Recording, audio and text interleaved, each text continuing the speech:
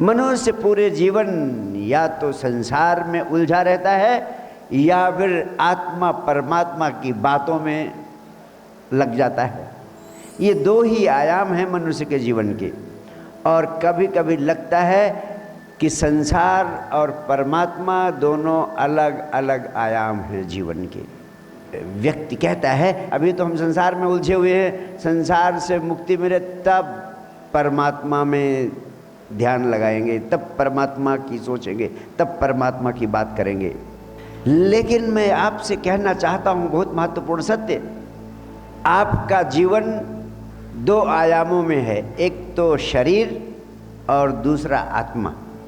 शरीर की आवश्यकताओं को पूरा करना भौतिकवाद है और आत्मा की आवश्यकताओं को पूरा करना अध्यात्मवाद है। आपके लिए शरीर भी उतना ही जरूरी है जितना जरूरी है आत्मा।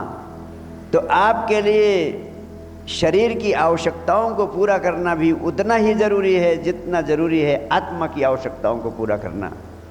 अगर दोनों में से एक की उपेक्षा कर दी आपने, अगर शरीर की उपेक्षा कर दी तो आत्मा शरीर रूपी घर में रहती है, फिर शरीर की उपेक्षा कर दी आपने तो आत्मा का स्वस्थ हो पाना, आत्मा को आनंद से आपूरित हो पाना संभव नहीं है।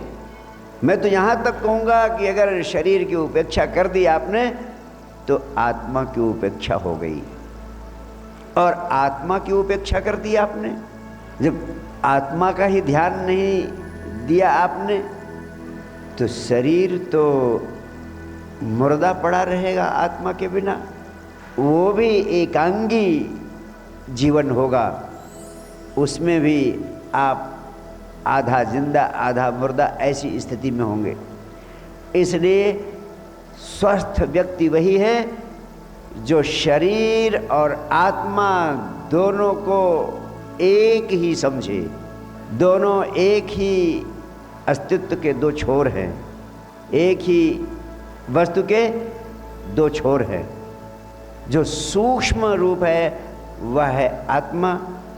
आत्मा का स्थूल रूप शरीर में प्रकट होता है, शरीर का सूक्ष्म रूप आत्मा में प्रकट होता है। शरीर और आत्मा दोनों अनिवार्य हैं। इसलिए संसार और परमात्मा दोनों एक दूसरे से अलग नहीं किए जा सकते हैं।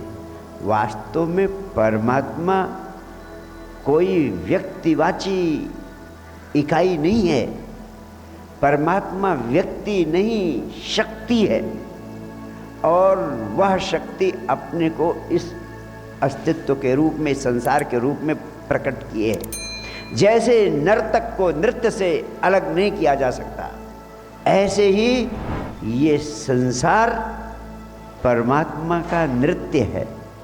नाचता हुआ परमात्मा इस संसार में प्रकट होता है, अभिव्यक्त होता है। यानी तुम ही उसकी अभिव्यक्ति हो, कोई अलग से नहीं है परमात्मा। इसीलिए बड़ी मुश्किल होती है, इसीलिए स्वयं को जानना ही परमात्मा को जानना है। और स्वयं को जानना इसीलिए कठिन हो जाता है, बहुत कठिन हो जाता है। क्यों? जैसे आँख सबको देख सकती है, लेकिन स्वयं को देख पाना आँख के लिए संभव नहीं है।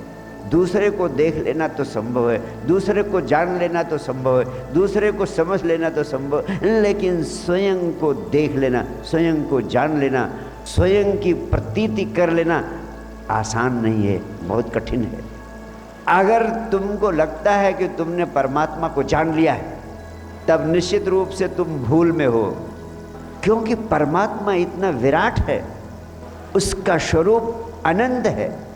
इसलिए जिसको तुमने जान लिया, जिसकी तुमने थाह ले ली, जिसको तुमने नाप लिया, वो परमात्मा हो ही नहीं सकता है। वो कुछ और ही होगा जिसको तुमने परमात्मा समझ लिया है। वो इतना विराट है, इतना अनंत है उसका स्वरूप, और तुम उसके एक धूल जैसे कण से भी छोटे हो। तो उस विराट को, उस अनंत को जान पाना तुम्हारे लिए संभव नहीं है, सरल नहीं है। निश्चित रूप से तुम भ्रांति में होगे, तुमने किसी ताल तलैया में डुबकी लगा ली होगी और तुम्हें भ्रम हो गया कि तुमने परमात्मा को जान लिया है। तुम परमात्मा के सागर में डुबकी लगा कर आ रहे हो, लेकिन समझ के बढ़ने के साथ साथ परमात्मा की प्रतीति बढ़ती है। सिर्फ समझ से बढ़ती है, समझ के अलावा और कोई दूसरा रास्ता नहीं है।